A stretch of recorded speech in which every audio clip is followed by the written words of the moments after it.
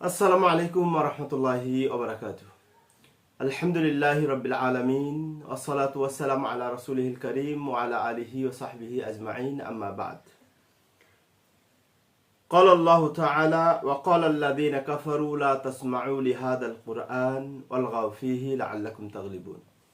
সুপ্রিয় দর্শক শ্রোতা এবং আমাদের শুভাকাঙ্ক্ষী ও হিতাকাঙ্ক্ষীগণ, আজকে আপনাদের সম্মুখে একটি হৃদয় বিদারক এবং দুঃখজনক বিষয় নিয়ে উপস্থিত হয়েছি। বিষয়টি হচ্ছে, ইদানিং কিছু নামধারী মুসলিম, তথাকথিত মুফতি, মাওলানা এবং কিছু কিছু লিবাসধারী সাধারণ মুসলমানদেরকে দেখা যাচ্ছে যে আহলে হাদিস তথা সালাফিদের বিভিন্ন ওয়াজ মাহফিল এবং সেমিনার সিম্পোজিয়ামে বাধা প্রদান করছেন।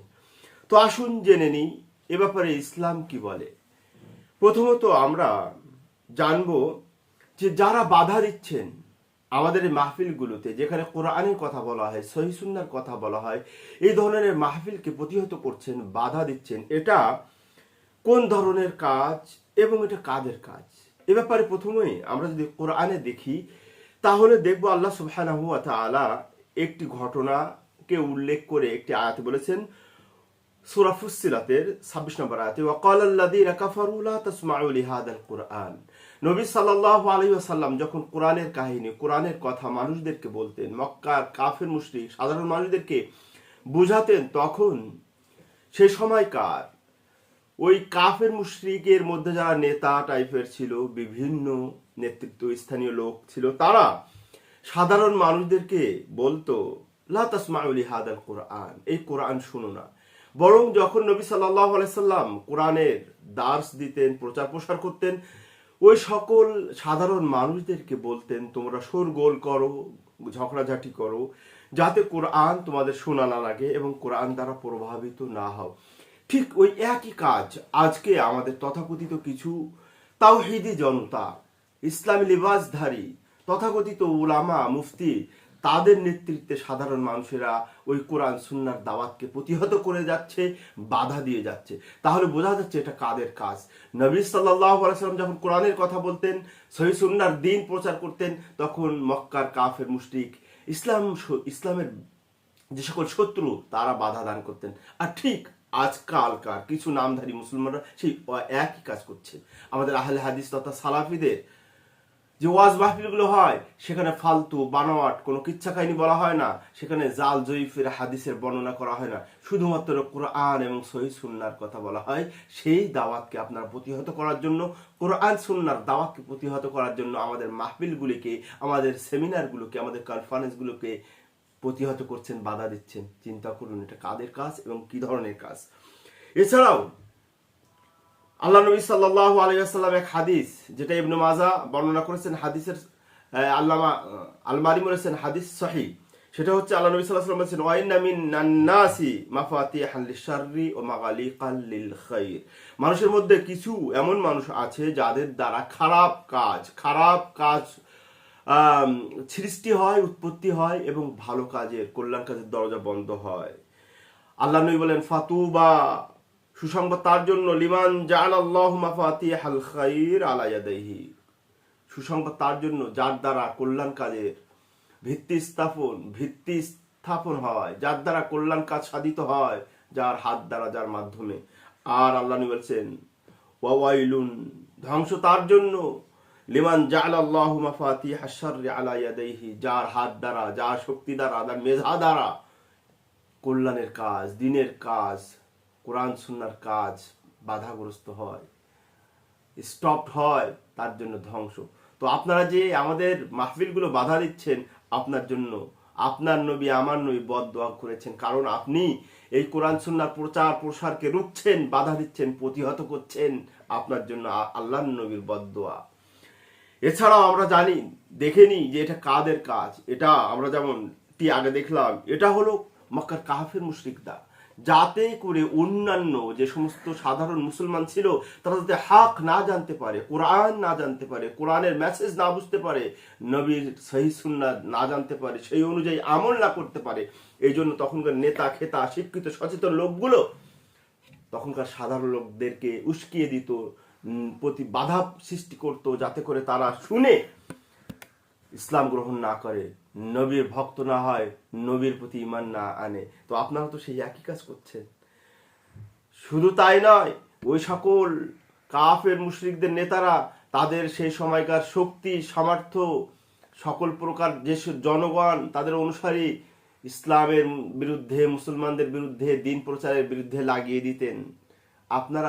আপনারা সাধারণ মানুষদেরকে, দাড়ি টুপি পরা কিছু লোকদেরকে লেলিয়ে দিচ্ছেন এই সেমিনার, এই ওয়াজ মাহফিল গুলো যাতে বন্ধ করা হয়। পার্থক্যটা কোথায় ভাই? একটু চিন্তা করুন। তারপরে শুধু তাই করে ক্ষান্ত হচ্ছেন না, বরং আপনারা আহলে হাদিস তথা সালাফের বিরুদ্ধে মিথ্যা অপবাদ দিচ্ছেন, মিথ্যারোপ করছেন। নাউযুবিল্লাহ, কত বড় মারাত্মক কাবিরা গুনাহ। যারা মিথ্যা আরোপ করে, যারা অন্য মুমিন মুসলিমদেরকে অপবাদ দেয়, তাদেরকে আল্লাহ অভিশাপ করেছেন, নবী অভিশাপ করেছেন। আল্লাহ বলেছেন, ইন্নাল্লাযীনা ইউযুনা আল্লাহ রাসূলাহু ফাকাদ ইহতামালু বুহতানা ওয়া ইসমান মুবিনা। এটা গুনাহ কাবিরা হিসাবে আল্লাহ সুবহানাহু ওয়া তাআলা অন্তর্ভুক্ত করেছেন, উল্লেখ করেছেন। তাহলে আপনারা দ্বীনের কাজে বাধা দিচ্ছেন, শুধু তাই নয়, বরং আমরা যারা আহলে হাদিস আছি, কোরআন সুন্নাহর অনুসারী, সহিহ সুন্নাহর অনুসারী, তাদের বিরুদ্ধে মিথ্যা অপবাদ দিচ্ছেন। কখনো বলছেন আহলে হাদিসরা নাকি ইহুদিদের দালাল। ইহুদিদের দালাল, দালালেরা তো ওই তাদের এজেন্টদের কাজ করবে, অর্থাৎ ইহুদিদের মতোই কাজ করবে। আপনারা একটা প্রমাণ দেখান কোন আহলে হাদিস সালাফি ইহুদিদের মতো কাজ করে, একটা প্রমাণ দেখান। বরং আপনারা যারা আমাদের মাহফিলগুলোকে প্রতিহত করছেন, বাধা দিচ্ছেন, আপনারা ইহুদিদের মতো কাজ করছেন। দলিল নেন। ফিলিস্তিনে ইহুদিরা বাইতুল মাকদাস মসজিদ ভাঙছে, আমাদের প্রতিবেশী দেশ তারা বাবরি মসজিদ সহ বিভিন্ন মসজিদ ভাঙছে। আপনারা তো আমাদের দেশ, যেখানে সহিহ সুন্নাহ অনুযায়ী নামাজ পড়া হয়, আহলে হাদিসদের মসজিদ, আল্লাহর ঘর, সেটাও আপনারা ভাঙেন। মিল কিন্তু আপনাদের অনেকটা আছে, আমাদের বিরুদ্ধে না। আপনারা আমাদেরকে বলছেন লামাযহাবী, এটাও একটা অপবাদ। আমরা লামাযহাবী তো হবই, কারণ কোরআনে কোথাও বলা হয়নি মাযহাব অনুসরণ করতে, নবীর হাদিসে বলা হয়নি কোনো নির্ধারিত নির্দিষ্ট মাযহাব অনুসরণ করতে। বরং ইমাম আবু হানিফা রাহিমাহুল্লাহ, ইমাম মালিক, ইমাম শাফি, ইমাম আহমদ বিন হাম্বল সকলে লামাযহাবী ছিল। তাদের মাযহাবের নাম কি বলুন তো? তাহলে আমরা লামাযহাবী যদি হয়েই থাকি, তাহলে সমস্যাটা কোথায়? আপনার ইমামও তো লামাযহাবী ছিল। তো এই ধরনের বিভিন্ন রকম অপবাদ দিচ্ছেন, যেটা একজন মুসলমানের সাথে যায় না, একজন মুমিন মুত্তাকির সাথে যায় না, জান্নাত প্রত্যাশী ব্যক্তির সাথে যায় না। অতএব এই সকল বিষয় থেকে আপনারা একটু সতর্কতা অবলম্বন করুন। আল্লাহ আপনাদেরকে সুমতি দান করুন, হিদায়াত দান করুন। তাছাড়াও আপনারা আমাদেরকে আরো একটি অপবাদ দিচ্ছেন, মিথ্যা আরোপ করছেন, মিথ্যা অপবাদ দিচ্ছেন যে আমরা নাকি কোরআন সুন্নাহর অপব্যাখ্যা করি। আপনাদেরকে চ্যালেঞ্জ করে বলছি, আপনাদের যত বড় মুফতি আলেম ওলামা থাকুক, একটা প্রমাণ দিন যে আহলে হাদিসেরা কোরআন সুন্নাহর অপব্যাখ্যা করে। আপনারা হাজারো লাখো লাখো ব্যাখ্যা করেছেন, আমরা বলতে পারি। উদাহরণস্বরূপ নেন, আকীদার ক্ষেত্রে আপনাদের অপব্যাখ্যা দেখুন। আল্লাহ সুবহানাহু ওয়া তাআলা বলেছেন বালিয়াদাহু মাবসুতাতান, আল্লাহর দুই হাত সম্প্রসারিত। আপনারা ওই হাতকে অপব্যাখ্যা করে বলছেন কুদরতি হাত। কুদরতি হাত কে বললেন? আল্লাহ বলেছেন, নবী বলেছেন, আপনাদের অপব্যাখ্যা। এমনি ভাবে আল্লাহ সুবহানাহু ওয়া তাআলা বলেছেন আর রহমানু আলাল আরশি ইস্তাওয়া, আল্লাহ সুবহানাহু ওয়া তাআলা আরশে, আপনারা বলছেন সর্বত্র বিরাজমান। কোথায় বলেছেন আল্লাহ সুবহানাহু ওয়া তাআলা আল্লাহ সর্বত্র বিরাজমান? আল্লাহ বলেছেন আরশে আছেন, নিজে বলেছেন, নবী সাল্লাল্লাহু আলাইহি ওয়াসাল্লাম বলেছেন আল্লাহ আরশে আছেন, আর আপনারা বলছেন সর্বত্র বিরাজমান। এটাও আপনাদের একটি অপব্যাখ্যা।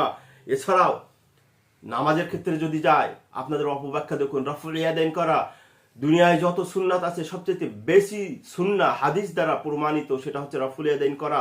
সেই রাফুল ইয়াদাইনকে আপনারা যাতে করে না করা যায়, নবীর হাদিসকে বিরোধিতা করতে গিয়ে আপনারা সেই এখানেও একটি অপব্যাখ্যা করেছেন। ওই জাবের বিন সামুরার হাদিস, মালি আরাকুম রাফি আইদিকুম কাআন্নাহা আদনাবু খাইলি, শুনেছেন নবী সাল্লাল্লাহু আলাইহি ওয়াসাল্লাম বলেছেন, আমি তোমাদেরকে দেখছি তোমরা হাত সালামের সময়, সালাম ফেরানোর সময় হাত উত্তোলন করতেন সাহাবারা। সেই ঘটনাকে কেন্দ্র করে আল্লাহ নবী বলেছেন, আমি তোমাদেরকে দেখছি সালামের সময় হাত উঠাচ্ছ, এটা তো দুষ্টু ঘোড়ার নাই। কিন্তু সেটাও অপব্যাখ্যা করে আপনারা রফুল ইয়াদাইনকে মানসুখ করতে চেয়েছেন, স্টপ করতে চেয়েছেন, বন্ধ করতে চেয়েছেন। এটা আপনাদের একটা অপব্যাখ্যা। এছাড়াও অনেক অপব্যাখ্যা। আপনারা মিলাদ কিয়াম, ঈদে মিলাদুন্নবী জায়েজ করার জন্য একটি আয়াতের অপব্যাখ্যা করছেন, ফাবিযালিকা ফালিয়াফরাহু। এখানে আল্লাহ সুবহানাহু ওয়া তাআলা আমাদেরকে খুশি হতে বলেছেন দ্বীন ইসলাম পাওয়ার কারণে, কোরআন আমাদের কাছে আসার কারণে। আর আপনারা এটাকে অপব্যাখ্যা করে বলছেন যে ঈদে মিলাদুন্নবীর মানে নবীর জন্মদিবস পালনের ব্যাপারে, এটাও আপনাদের অপব্যাখ্যা। আপনারা পীর মুরিদি জায়েজ করার জন্য ওয়াবতাগু ইলাইহিল ওয়াসিলা, এটাকে অপব্যাখ্যা করে পীর মুরিদি ব্যবসাকে জায়েজ করতেছেন। তাছাড়াও সবচেয়ে নিকৃষ্ট ন্যাক্কারজনক ঘৃণিত কাজ হিল্লা বিয়ে, সেটাও অপব্যাখ্যার মাধ্যমে আপনারা জায়েজ করছেন। আমরা কোথায় করি? আপনাদের হাজার প্রমাণ দিতে পারবো, দু একটি দিলাম। এরপরে আপনারা আমাদের ব্যাপারে যেগুলো বলেন, আপনাদেরকে একটু বিনম্রভাবে অনুরোধ করব, আপনাদের কি এই আয়াত জানা নেই? আল্লাহ সুবহানাহু ওয়া তাআলা বলেছেন, মা ইয়ালফিযু মিন কাওলিন ইল্লা লাদাইহি রাকিবুন আতীদ। যা বলছেন এ ব্যাপারে আপনার হিসাব দিতে হবে। যে অপবাদ দিচ্ছেন, মিথ্যা আরোপ করছেন, এ ব্যাপারে কিয়ামতের দিন আল্লাহর কাছে হিসাব দিতে হবে, আল্লাহর সামনে দাঁড়াতে হবে। অতএব আপনারা আলেম ওলামা যারা দাঁড়াচ্ছেন, আমাদের মাহফিলগুলোকে বন্ধ করছেন, অপবাদ দিচ্ছেন, তারা একটু ভাবুন। এবং যারা সাধারণ মানুষ না জেনে বুঝে আলেমদের কথায় যাচ্ছেন, এই আলেমরা কিন্তু কিয়ামতের দিন আপনার সাথে থাকবে না, আপনার প্রশ্নের উত্তর দিবে না, আপনার কাজের মানে জবাব দিয়ে তারা করবে না। অতএব আপনারাও হিসাব নিকাশ করে করুন। আপনাদের ব্যাপারে আমাদের একটা আশ্চর্য লাগে, আপনারা আপনাদের ছাত্র তালিবুল ইলম দ্বারা মন্দির পাহারা দিচ্ছেন, যেটা শিরকের আতুর ঘর, শিরকের ফ্যাক্টরি, সেখানে গিয়ে পাহারা দিয়ে আপনারা শিরকে কাজে সাহায্য করেছেন। আল্লাহ বলছেন, ওয়ালা তাআওয়ানু আলাল ইসমি ওয়াল উদওয়ান, গুনার কাজে সাহায্য করা যাবে না। আপনারা সেটাকে বাস্তবায়ন করাচ্ছেন, সাকসেস করছেন আপনাদের সহযোগিতার মাধ্যমে, আল্লাহর কথা অমান্য করে। আবার সেই মন্দিরে গান হয়, মিউজিক বাজে, মেয়েরা অর্ধ উলঙ্গ হয়ে যায়, সেখানেও আপনারা উপস্থিত থাকেন। তখন আপনাদের সমস্যা হয় না। যখন আহলে হাদিস সালাফিরা কোরআন সুন্নাহর আলোচনা করবে, সহিহ সুন্নাহর কথা বলবে, নবীর আদর্শ প্রচার করবে, সহিহ আকীদার কথা বলবে, বিশুদ্ধ মানহাজের কথা বলবে, সেটা আপনারা উঠে পড়ে লেগেছেন। এটাকে কিভাবে নিষেধ করা যায়, কিভাবে বাধা দেওয়া যায়, এটাকে কিভাবে স্থগিত করে যায়। আল্লাহকে ভয় করুন। তারপরে আপনারা যে আমাদের এই সহিহ সুন্নাহর দাওয়াতকে, সহিহ আকীদার দাওয়াতকে, বিশুদ্ধ মানহাজের দাওয়াতকে বাধা দিতে চাচ্ছেন, প্রতিহত করতে চাচ্ছেন, পাচ্ছেন। দিন দিন মসজিদ কিন্তু আমাদেরই বাড়ছে, আপনাদের থেকে কিন্তু আমাদের এই সহিহ আকীদার লোক অনুসারী আসছে। বিশুদ্ধভাবে নামাজ পড়া, আমিন জোরে বলা, রফুল ইয়াদাইন করা, এমন করে মসজিদ পাওয়া যাবে না। দিন দিন কিন্তু আপনাদের ঘর থেকে আমাদের এই দাওয়াত গ্রহণ করে আসছে। অতএব যত আতর নাড়াবেন ততই সুঘ্রাণ ছড়াবে। অতএব একটু হিসাব করে করুন, একটু হিসাব করে। আল্লাহ নবী কি বলেছেন জানেন না? আল্লাহ নবী সাল্লাল্লাহু আলাইহি ওয়াসাল্লাম বলেছেন, লা তাযহালু তায়ফাতুম মিন উম্মতি যাহিরিনা আলাল হক। কিয়ামতের আগ পর্যন্ত একটি দল, বুখারী মুসলিম বিভিন্ন রিওয়ায়াতে এসেছে, হাদিসে এসেছে, একটি দল থাকবেই, যতই চেষ্টা করে, লা ইয়াদুরহুম হাত্তা ইয়াতি আমরুল্লাহ, কিয়ামতের আগ পর্যন্ত তাদেরকে কিছুই করতে পারবে না, ক্ষতি করতে পারবে না। আপনারা আজকে মনে হচ্ছে বাধা দিয়ে তৃপ্তির ঢেকুর উঠাচ্ছেন, এর চাইতে আরো ব্যাপক গতি নিয়ে আমরা আবার ফিরে আসবো আমাদের দাওয়াত প্রচার প্রসারের কাজে ইনশাআল্লাহ। আপনাদেরকে আরেকটা নসিহা করি দিনী ভাই হিসাবে, আপনারা কি জানেন না আমাদের বিরুদ্ধে যে অপবাদগুলো দিচ্ছেন, মিথ্যা অপবাদগুলো দিচ্ছেন, তহমাত দিচ্ছেন, লামাযহাবি ইহুদিদের দালাল ইত্যাদি ইত্যাদি, আপনারা কি এই হাদিস জানেন না? বুখারীতে এসেছে, মুসলিমের হাদিস, আইয়ুমা রাজুলিন ক্বালা লি আখিহি ইয়া কাফির ফাকাদ বাআ বিহা আহাদুহুমা। যখন কোন ব্যক্তি অন্য ব্যক্তি কাফের বা এই ধরনের ফাসিক ইত্যাদি এই ধরনের কোন হুকুম লাগাবে, কথা বলবে, সে যদি কাফের ফাসিক ইহুদি না হয়, আপনি হয়ে মরবেন। এটা জানেন? আপনার নবীর কথা। আপনাকে আরো একটু বুখারীর রিওয়ায়াত শুনিয়ে দিই। আল্লাহ নবী সাল্লাল্লাহু আলাইহি ওয়াসাল্লাম বলেছেন, লা ইয়ারমি রাজুলান বিল ফুসুকি ওয়ালা ইয়ারমিহি বিল কুফর। বুখারীর রিওয়ায়াত। কোন মুসলমান অন্য মুসলমানকে ফাসিক কাফের বলবে না। আপনারা কেন বলছেন? এটা নবীর খেলাফ, আল্লাহর কথার খেলাফ। অর্থাৎ একটু ভেবেচিন্তে কাজ করুন। আমরা যারা আহলুল হাদিস এবং সালাফি, তাদের জন্য নবীর একটি সুসংবাদ আছে, শুনুন। আল্লাহ নবী সাল্লাল্লাহু আলাইহি ওয়াসাল্লাম, আল্লাহ নবীকে এটা সুসংবাদ দিয়েছেন আমাদের জন্য, এই উম্মতের জন্য। আল্লাহর নবীকে আল্লাহ বলেছেন, বাশশির হাযিহিল উম্মাহ বিসসানাই ওয়ার রিফাতি ওয়াদ দীনি ওয়ান নাসরি ওয়াত তামকিনি ফিল আরদ। হে নবী, তোমার উম্মতের জন্য সুসংবাদ দাও। কিসের? বিসসানা ওয়ার রিফা ওয়াদ দীন ওয়ান নাসর।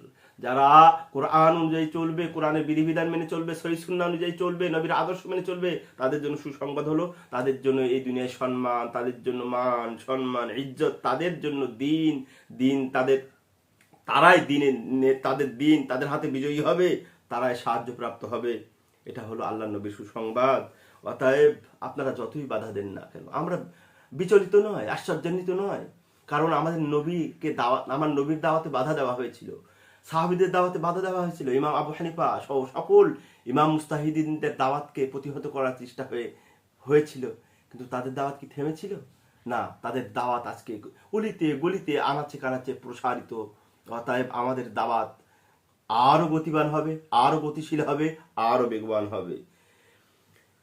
এরপরে আমরা সরকারের কাছে একটা আবেদন জানাতে চাই এবং আমরা অত্যন্ত উদ্বেগের সাথে জানাচ্ছি, সরকারকে বলছি যে এদেশ সকলের, এদেশ আমাদের আহলে হাদিসদের, এদেশ হানাফিদের, এদেশ সুন্নিদের, এদের হিন্দু বৌদ্ধ খ্রিস্টান সকলের, অন্যান্য বিধর্মীরা হিন্দু খ্রিস্টান বৌদ্ধ সুন্নি বিভিন্ন ধর্মীয় অনুসারীরা যদি তাদের ধর্মীয় অনুশাসন পালন করতে পারে, ধর্মীয় আচার অনুষ্ঠান কৃষ্টি কালচার পালন করতে পারে, অনুষ্ঠান করতে পারে, তাহলে আমরা আহলে হাদিসরা, আমরা সালাফিরা কেন পারবো না? এটা আমাদের আল্লাহ প্রদত্ত অধিকার, এটা আমাদের রাষ্ট্রীয় অধিকার, সংবিধান দান করেছে। অতএব সরকারের সুদৃষ্টি কামনা করব, যাতে করে এইভাবে ফিতনা ফাসাদ তারা ছড়াতে না পারে। তারা হয়তো কোনো কুইচ্ছা, খারাপ ইচ্ছাকে সামনে রেখে আমাদের মধ্যে, দেশবাসীর মধ্যে ফিতনা ছড়াতে চেয়েছেন।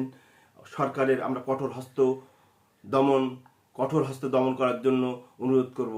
আল্লাহ সুবহানাহু ওয়া তাআলা বলেছেন, ওয়া তুফসিদু ফিল আরদি বাদা ইসলাহিহা। দুনিয়া স্থিতিশীল হয়ে গেলে এটাকে অস্থির করো না। আমাদের এই ভাইরা মনে হয় অস্থির করতে চাচ্ছে। অতএব আপনারা এটাকে কিভাবে থামানো যায় ইনশাল্লাহ সুদৃষ্টি দিবেন।